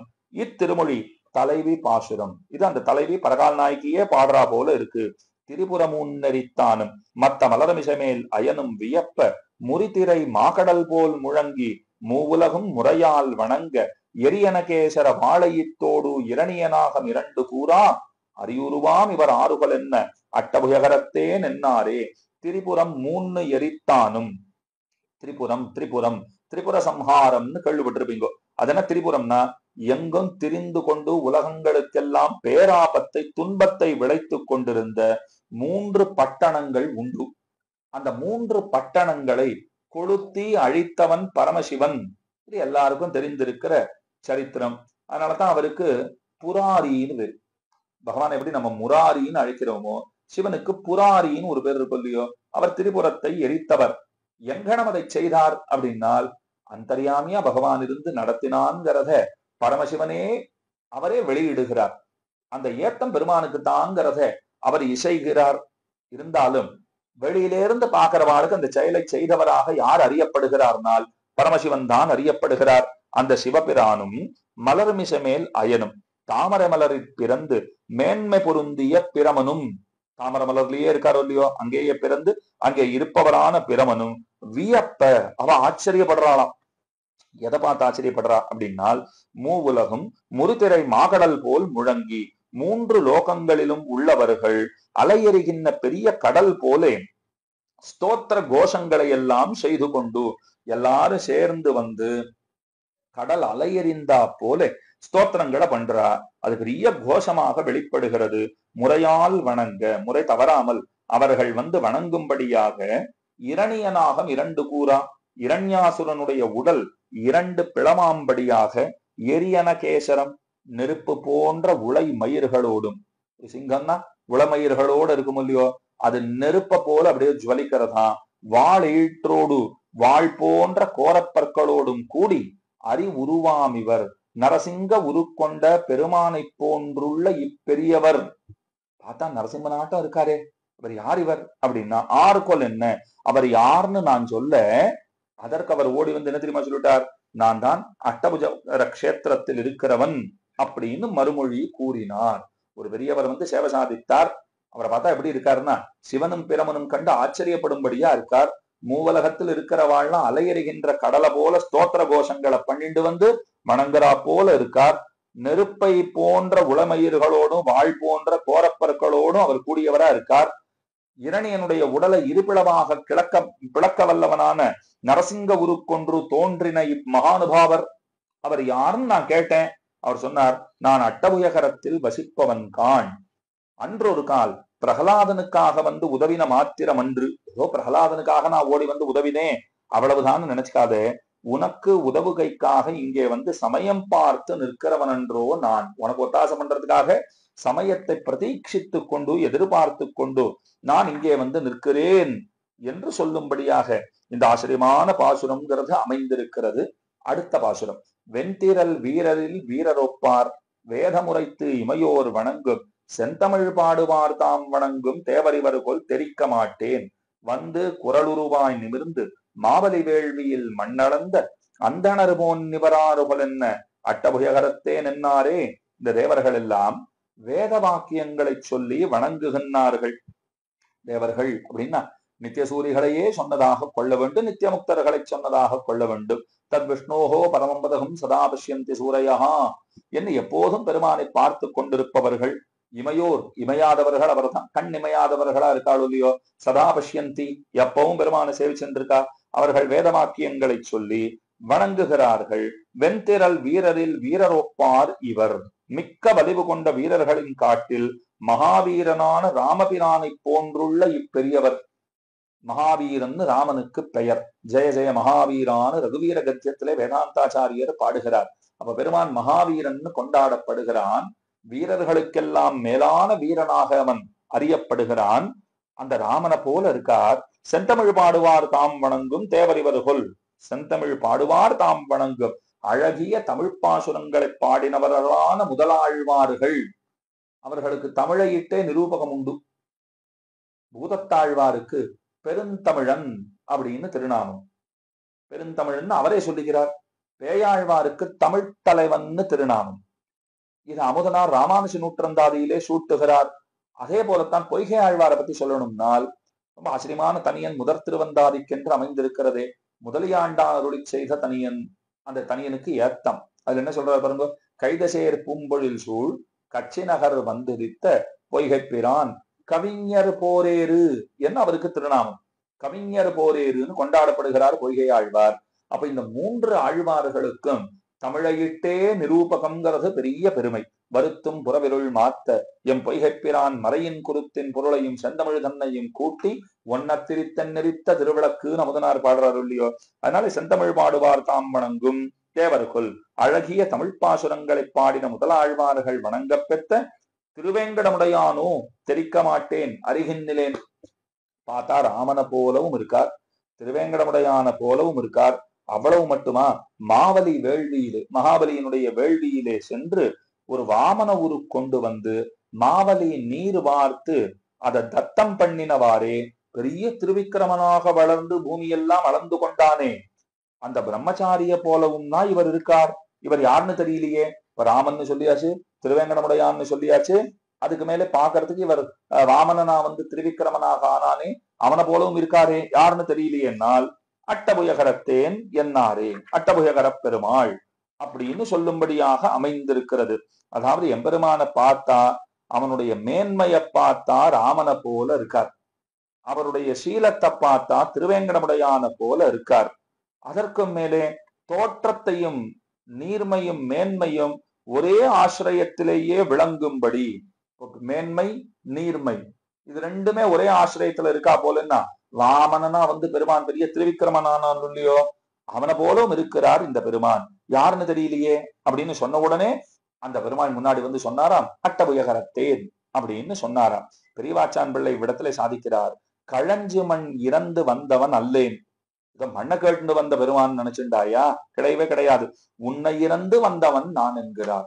உன்னை பெறுவதற்காகத்தான் நான் வந்திருக்கிறேன், பிறர்க்காக இறந்தவன் அல்லேன்.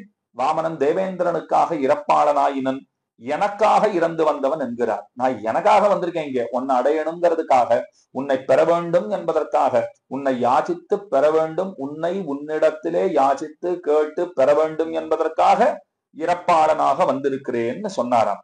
இது ரொம்ப ஆச்சரியமான பாசுரம். அதுக்கு மேலே செம்பொனிலங்கு வலங்கை வாழி தென்சிலை தண்டோடு சங்கம் உள்வாள் உம்பர் இருசுடராழியோடு கேடக முன்மலர் பற்றியற்றே வெம்பு சினத்தடல் வேழம் வீழ வெண்மறுப்பொன்று பறித்து இருண்ட அம்புதம் போன் இவர் ஆறுகொல் என்ன அட்டபுயகரத்தேன் என்னாரே.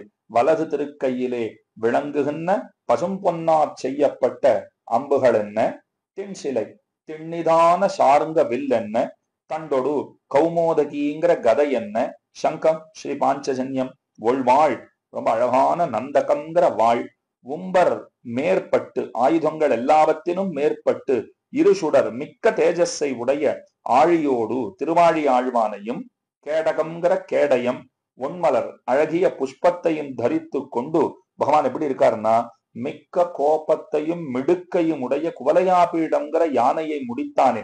குவலையாபீடம்ங்கிற யானை அது முடியும்படியாக அவ்வானையினுடைய வெளுத்த ஒரு கொம்பை ஒரு தந்தத்தை பறித்து பிடுங்கி கையிலே கொண்டு அது கையில வச்சுட்டு கண்ணனாட்ட நிக்கிறாராம் பெருமான். காளமேகத்தை ஒத்திருக்கின்ற இவர் யார் என்று நான் கேட்க அட்டபுயகரத்தேன் அப்படின்னு சொன்னாராம். பெருமானுக்கு 8 திருக்கரங்கள். 8 திருக்கரங்களிலே எண்வகை ஆயுதங்களை அவன் ஏந்தி இருக்கிறான்கிறத கீழேயே அடியேன் விண்ணப்பித்தேன். அந்த விஷயம் இவ்விடத்திலே சொல்லப்படுகிறது. அதுக்கு மேல பாருங்க, மஞ்சுயர் மாமணி குன்றமேந்தி மாமழை காத்தொரு மாயமானை அஞ்ச அதன் மறுப்பன்று வாங்கும் ஆயர்கொள் மாயம் அறிய மாட்டேன். வெஞ்சுடர் ஆழியும் சங்குமேந்தி வேதமுனோதுவர் நீதிவானத்து அஞ்சுடர் போன் நிவரார்கொல் என்ன அட்டபுயகரத்தேன் என்னாரே. மேகமண்டலம் வரையில் உயர்ந்ததும் சிறந்த ரத்னங்களை உடையதுமான கோவர்தனகிரி ரொம்ப பெருசா இருக்கு. ஆகாச பரப்பளவும் சென்று அந்த மேகத்தைய உரசரா போல இருக்கு. சிறந்த ரத்னங்களை உடையதுமான அந்த கோவர்தனகிரிய அனாயாசமா பகவான் தூக்கிட்டார், எடுத்து பிடித்து மாமழை காத்தான். பெருமழையை தடுத்தவராயும் அன்று கம்சன் அரண்மனையில் உள்ளே புகுந்த போது ஒரு ஒப்பற்ற மாயச் செயல்களை உடையதுமான அந்த கம்சனுடைய யானை இருக்கிறதே, அது நடுங்கும்படியாக அந்த ஆணையினுடைய கொம்பை பறித்தெறிந்தவராயும் உள்ள ஆயர்கொள் அந்த கோபாலகிருஷ்ணனோ இவர் மாயம் அறிய மாட்டேன். இன்னார்னு என்னால் நிச்சயித்து சொல்ல முடியலையே, அந்த ஆச்சரியத்தை அறிகிறேன் இல்லை. அதுக்கு மேலே தீக்ஷ்ணமான சோதியை உடைய சக்கரத்தையும் சங்கையும் தரித்து கொண்டு கண் எதிரே வேதங்களை ஓதிக்கொண்டிருப்பவராய் முறைதவராத பரமபதத்திலே பரஞ்சோதி போன்றவரான இவர் ஆறுகொல் என்ன அட்டபுயகரத்தேன் என்னார். இவர் யாருன்னு தெரியலையே. திருவாய்ப்பாடியிலே இடையர்கள் எல்லாம் வழக்கமா பண்ற ஒரு உற்சவம் தேவேந்திரனுக்கு உணவிடுகை, அதுதான் உற்சவம். அதை ஒரு தடவை கண்ணன் என்ன சொல்லிட்டார், தேவேந்திரன் நமக்கு என்ன பண்ணிட்டான், இந்த மலை தானே கோவர்தன மலை தானே நமக்கு எல்லாம் கொடுக்கறது, அந்த மலைக்கு பூஜை பண்ணுவதுதான் சிறந்தது, உற்சவம் அப்படித்தான் பண்ணணும்னு சொல்லிட்டார். எல்லாம் இசைந்தார்கள்.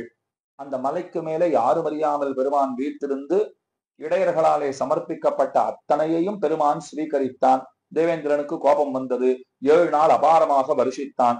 அந்த மலையையே குடையாக பிடித்து கொண்டு அத்தனை பேரையும் பகவான் ரட்சித்தான்கிற சரித்திரம் இருக்கே, அவன்தான் இவனும். அதே போல குவலையாபீடம்ங்கிற யானையினுடைய கொம்பை பறித்து பெருமான் தன்னுடைய கையிலே கொண்டவனாக விளங்குகிறானே, அந்த கண்ணபிரான் தான் இவனோ. அதுக்கும் மேலே திருவாழியும் திருச்செங்கும் பளபளவென்று தோன்றவும் வாயில் வேத ஒலிகள் வெளிப்படவும் நின்னு சாட்சாத்து பரமபதநாதனாட்ட நிற்கிறாரே. பரமபதநாதன் இங்க வரத்துக்கு வாய்ப்பு இல்லை, இவர் அவரை போலவே இருக்காரே, இவர் யார் அப்படின்ன உடனே அட்டபுயகரத்தேன்னு பெருமாள் சொல்லிட்டாராம். அடுத்த பாசுரம் பாருங்க. கலைகளும் வேதமும் நீதி நூலும் கற்பமும் சொற்பொருள் தானும் மற்ற நிலைகளும் வானவர்க்கும் பிறர்க்கும் நீர்மையினால் அருள் செய்து நீண்ட மலைகளும் மாமணியும் மலர்மேல் மங்கையும் சங்கமும் தங்குகின்ற அலைகடல் போன் நிவரார்கள் என்ன அட்டபுயகரத்தேன் என்னாரே. வேதத்தினுடைய உபனிஷத் பாகம், அதுக்குதான் வேதாந்தம்னு பேரு, பிரம்ம பாகம்னு சொல்லுவா. அதுக்கு மேல வேதம் கர்மகாண்டமான வேதங்களும் நீதி நூலும் இதிகாசங்களாகட்டும் கல்பசூத்திரங்களாகட்டும் வியாக்கரண சாஸ்திரமாகட்டும் மீமாம்சா சாஸ்திரமாகட்டும் அவரவருக்கு உரிய ஸ்தானங்களையும் வானவர்க்கும் அதாவது தேவர்களுக்கும் மத்துள்ள மனுஷர்க்கும் கிருபையினாலே அளித்தவரும் நீண்ட மலைகளும் மாமணியும் மலர்மேல் மங்கையும் சங்கமும் தங்குகின்ற அலைகடல் போன்ற அதாவது பெரிய மலைகளும் சிறந்த கௌஸ்துபமணியும் பிராட்டியும் சங்கும் எப்போதும் நிலைத்திருக்க பெற்ற அலையெறிகின்ற கடல் போன்றவருமான இவர் ஆறுகள் என்ன அட்டபுயகரத்தேன் என்னார். சாஸ்திரங்களை எல்லாம் பகவான் தானே பிரதானம் பண்ணினார். ஹர்த்தம் தமஹா சதசதீச்ச விவேக்துமீஷா மானம் பிரதீபம் இவ காருணிகோ ததாத்தின்னு பராசரப்பட்டவர் சொல்றாரு இல்லையோ. எல்லாவற்றையும் அனைவருக்கும் கொடுத்தவன் பகவான் தான். பிரம்மாவுக்கு வேதங்களை ஓதுவித்து பிரம்மாவை கொண்டு அதை நன்கு பெருகும்படியாக செய்தவனும் பெருமான் தான். காருணிகனான சர்வேஸ்வரன் அறிவிலா மனுஷர் உணர்வென்னும் சுடர் விளக்கேத்தி பிறங்கிருள் நீங்கி மேலிருந்த நந்தா வேத விளக்கை கண்டு நல்லதும் தீயதும் விவேகிக்கைக்கு மறையாய் விரிந்த துளக்கமில் விளக்கில் கொளுத்தின பிரதீபமான கலைகளை நீர்மையினால் அருள் செய்தான்னு ஆச்சாரிய ஹிருதயமும் பேசும். இப்படி எல்லாவற்றையும் தருகிறவன் பகவான் தானே. மொத்தத்தையும் நமக்கு கொடுத்தவராக அவர் தான் இருக்கார். இது அத்தனையும் நமக்கு கொடுத்தவர் எப்படி இருக்கிறார்னால் பெரிய மலைகளும் சிறந்த கௌஸ்துபமணியும் பிராட்டியும் சங்கும் எப்போதும் நிலைத்திருக்க பெற்ற அலையறிகின்ற கடல் போல இருக்கார். இவர் ஆர்கொல் என்ன, இவர் யார் அப்படின்னு கேட்ட உடனே அந்த பெருமான் முன்னாடி வந்தான். வந்துட்டு நான் தான் அட்டபுயகரத்தேன்னு சொன்னான். அகலகில்லே நிறைமென் அலர்மேல் மங்க உரை மார்பனாயித்தே அப்படிப்பட்டவன் வந்துட்டு நான் தான் அட்டபுயகரத்தேன் அப்படின்னு சொன்னான். எங்கனம் நாம் இவர் வண்ணம் எண்ணில் ஏதுமருகினம் ஏந்திழையார் சங்கும் மனமும் நிறைவுமெல்லாம் தம்மனவாக புகுந்து தாமும் பொங்கு கருங்கடல் பூவை காயா போதவள் நீளம் புனைந்த மேகம் அங்கனம் போன் நிவரார்கள் என்னா அட்டபுயகரத்தேன் என்னாரே. நாம் நாம் இவர் வண்ணம் இவருடைய படிகளை எங்கனென்னிலும் எவ்விதமாக அறிய பார்த்தாலும் ஏதும் அறிகிறோம். எப்படி இவரை தெரிஞ்சுக்கலாம்னு நினைச்சிருந்தாலும் இவர் இவரா இருப்பாரா அவரா இருப்பாரா எப்படி நாம எண்ணினாலும் ஒன்றும் நமக்கு புரிய மாட்டேன் என்கிறது. ஏந்து இழையார் ஆபரணம் பூண்டிருப்பவர்களான மாதர்களுடைய சங்கும் வளைகள்லாம் போட்டுருக்கா. மனமும் அவர்களுடைய நெஞ்சும் நிறைவும் எல்லாம் அடக்கமுமாகிய எல்லாம் தம்மனமாக தம்முடையதாம்படி புகுந்து இவ்விடம் வந்து சேர்ந்து பொங்கு கருங்கடல் அலையெறிகின்ற கரிய சமுத்திரம் என்ன, பூவைப்பூவென்ன, காயாம்பூவென்ன, போதவிழ் நீலம், காலத்திலே அலர்ந்த கருணைதற் பூவென்ன, புனைந்த மேகம் அழகிய மேகம் என்ன, இப்படி எல்லாம் சேர்ந்தார் போலே இருக்கிற இவத்தை போலே இருக்கிற இவர் ஆறுகொல் என்ன, யாருன்னு கேட்டேன். அட்டபுயகரத்தேன்னு சொன்னார். பாருங்க, மேலெழுந்த வாரியாக பார்த்து விடாதே, உள்ளிழுந்து எவ்வளவு தூரம் ஆராய்ந்து பார்த்தாலும் இப்பெரியவருடைய படிகளொன்றும் தெரிகின்றதில்லை. இவர் இங்கு வந்தது ஸ்திரீகளுடைய சர்வஸ்வத்தையும் கொள்ளுதற்காகவேயாம். இவருடைய வடிவு எப்படி இருக்குன்னா, பூவையும் காயாவும் நீலமும் மேகமும் போன்றுள்ளது. இப்படிப்பட்ட இவர் யார் என்னேன், நான் அட்டபுயகரத்தேன் என்னார் என்கிறாள். அடுத்து 7ஆம் பாட்டு. முழுசி வண்டாடிய தன்துழாயின் மொய்மலர் கண்ணியும் மேனி அஞ்சாந்திழிசிய கோலம் இருந்தவாறும் எங்கனம் சொல்லுகேன் ஓவினல்லார் எழுதிய தாமரை என்ன கண்ணும் ஏந்தெழிலாகவும் தோளும் வாயும் அழகிய தாமிவராறுகள் என்ன அட்டபுயகரத்தேன் என்னாரே. பெருமானுடைய திருமேனியினுடைய இயற்கை அழகிலும் செயற்கை அழகிலும் ஈடுபட்டு பேசும் பாசுரம். தேன் ஒழுகுகின்ற திருத்துழாய் மாலையை சாத்தி கொண்டிருந்த அழகும், சந்தன காப்பு சாத்தின்றிருக்கிற அழகும் நான் என்ன சொல்லுவேன், ஏது சொல்லுவேன். அன்றியும் திருக்கண்களும் திருமார்பும் திருத்தோள்களும் திருப்பவளமும் சித்திரம் எழுதவல்லவர்களால் எழுதப்பட்டவை போன்று எந்த குறையும் கூறவொண்ணாதபடி அழகு விஞ்சி இருந்தன. இப்படிப்பட்ட மகானுபாவர் யார் என்றேன், நான் தான் அட்டபுயகரத்தேன்னு பெருமான் சொன்னார். இந்த பாசுரத்தினுடைய அர்த்தத்தை தான் பிள்ளைப்பெருமாள் ஐயங்காருடைய ஒரு பாசுரத்தின் துணை கொண்டு கீழே அடியன் விண்ணப்பித்துக் கொண்டேன். மேல 8ஆம் பாட்டு பாருங்கோ. மேவியப்பாலும் விண்ணோர் வணங்க வேதமுறைப்பர் முன்னீர் மடந்த தேவி அப்பால் அதிருசங்கம் இப்பால் சக்கரம் மத்திவர் வண்ணமென்னில் காவியொப்பார் கடலேயும் ஒப்பார் கண்ணும் வடிவும் நெடியரார் என் ஆவியொப்பார் இவராறுகள் என்ன அட்டபுயகரத்தேன் என்னாரே. என் கண் முன்னாடி வந்து நின்னாரே, அவர் தனியா வந்தார்னு நினைச்சுக்காதீங்கோ. நித்திய சூரிகள் எல்லாம் சுற்றிலும் சூழ்ந்து வணங்கா நிற்க வந்தார். நித்திய சூரிகள்லாம் எப்போதும் கூடவே இருப்பாள் இல்லையோ. அனந்த கருட விஸ்வக்சேன சுதர்ஷன பாஞ்சஜன்யாதிகள் அவள்லாம் வந்துட்டா.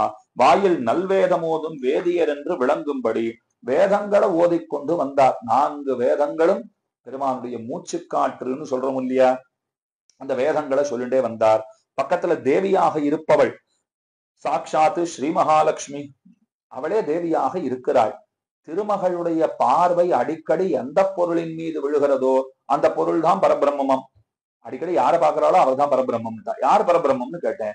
தாயாருடைய பார்வை அடிக்கடி யார் மேல விழுறதுன்னு பாத்துக்கோ, அவர் தான் பரம்பொருள். அடிக்கடி பெருமாளை பார்த்துட்டு இருந்தா அப்ப அவர் தான் பரம்பொருள்.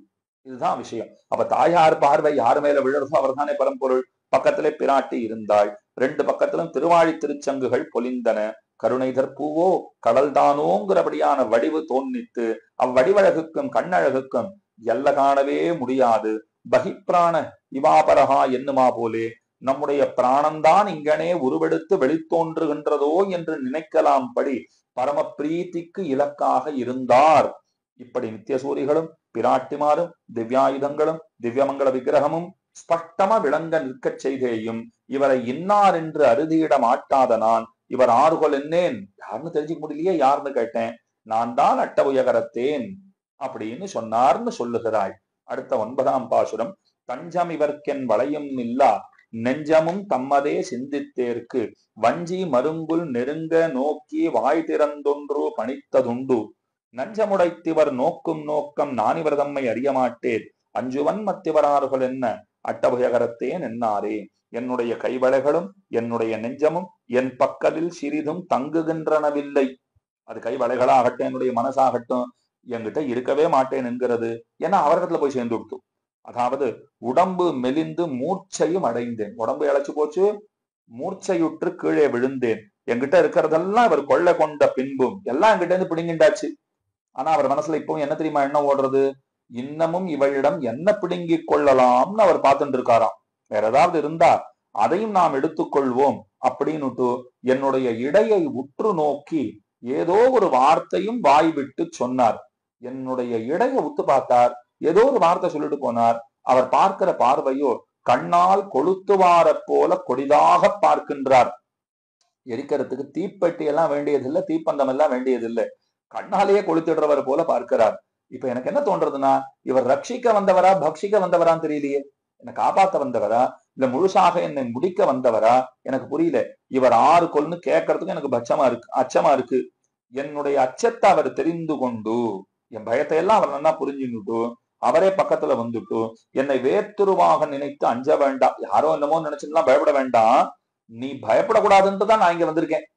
நீ பயப்படக்கூடாதுன்னு இங்க வந்தவனை பார்த்துட்டே நீ பயந்தா நான் என்ன பண்றது? இப்போ அட்டபுயகரத்திலே எளியவனாக வந்து நிற்கிறவன் நான், உனக்காகவே வந்து நிற்கிறவன் நான் என்று அந்த எம்பெருமான் தெரிவித்தானாம். இப்படி 9 பாசுரங்கள் முடிந்த பிற்பாடு அதுக்கு மேல பாடுறாரு பாருங்கோ. மன்னவன் தொண்டையரகோன் வணங்கும் நீண்முடி மாலை வைரமேகன் தன்வலி தன்புகழ் சூழ்ந்த கட்சி அட்டபுயகரத்தாதி தன்னை கண்ணினன் மாமதிள் மங்கவேந்தன் காமரிசீர் கலிகன்னி குன்னா இன்னிசையால் சொன்ன செஞ்சொல் மாலை ஏத்தவல்லார்க்கிடம் வைகுந்தமே தொண்டையருகோன் தொண்டமண்டலத்தில் உள்ளவர்களுக்கு தலைவனான மன்னவன் அரசனாலே வணங்கப்பட்டவனான நீண்ட திருவபிஷேகத்தை உடைய சர்வேஸ்வரனாக பெருமான் விளங்குகிறானே. வைரமேகன் அதாவது தொண்டமண்டலத்திற்கு உள்ளவர்களுக்கு தலைவனான மன்னவன் அரசனாலே வணங்கப்பட்ட நீண்ட திருவபிஷேகத்தை உடைய சர்வேஸ்வரனாயும், அதுக்கு மேலே வைரமேகன் என்னும் பிரபுவின் பராக்கிரமமும் கீர்த்தியும் மலிந்த காஞ்சிபுரியிலே. வைரமேகன் அப்படின்னு ஒரு தொண்ட நாட்டு அரசன், அவன் இந்த திருவட்டபுயகர கஷேத்திரத்தை அபிமானித்திருந்தான்ங்கிறதுனாலே அவனை பத்தி இந்த இடத்துல சொல்றார். அந்த வைரமேகன்கிறவன் அந்த பிரபுவின் பராக்கிரமமும் கீர்த்தியும் காஞ்சியிலே மலிந்திருந்தது. அவனாலே தொழப்பட்டவனான அட்டபுயகரத்து ஆதி தன்னை, அட்டபுயகரத்திலே எழுந்தருளியிருப்பவனாயும் உள்ள ஆதி தன்னை அந்த முதல்வனான பகவானை குறித்து கண்ணினன் மாமதிள் மங்கவேந்தன் அழிவத்த நல்ல பெரிய மதில்களை உடைய திருமங்கைக்கு தலைவரும், திருமங்கைங்கிற கஷேத்திரத்துக்கு தலைவரும், காமரிசீர் சீர்னா குணங்கள், காமரிசீர் விரும்பத்தக்க குணங்களை உடையவருமான கலிகன்னி கலியன் இருக்கிறாரே. குன்னா இன்னிசையால் சொன்ன குறைவில்லாத இனிய இசையுடனே அவர் அருளி செய்த செஞ்சொல் மாலை இந்த பாசுரங்களை எம்பெருமானை குறித்து துதிக்க வல்லவர்களுக்கு இடம் வைகுந்தம், இருப்பிடம் வைகுந்தமாகும் அப்படின்னு சொல்றார். இந்த பாசுரங்களை பாடுறவாருக்கு பகவான் வைகுந்தத்தையே பிரதானம் பண்ணி அருளுவன்கிற அந்த உயர்ந்த அர்த்தத்தை காட்டி தருகிறார். ரொம்ப ஆச்சரியமான திவ்ய தேசம். புஷ்பவல்லி தாயாருடன் கூட பெருமான் சேவை சாதிக்கிற திவ்ய தேசம் வராக கஷேத்திரம். உள்ளுக்குள்ள வராக பெருமானும் சேவை சாதிக்கிறார்.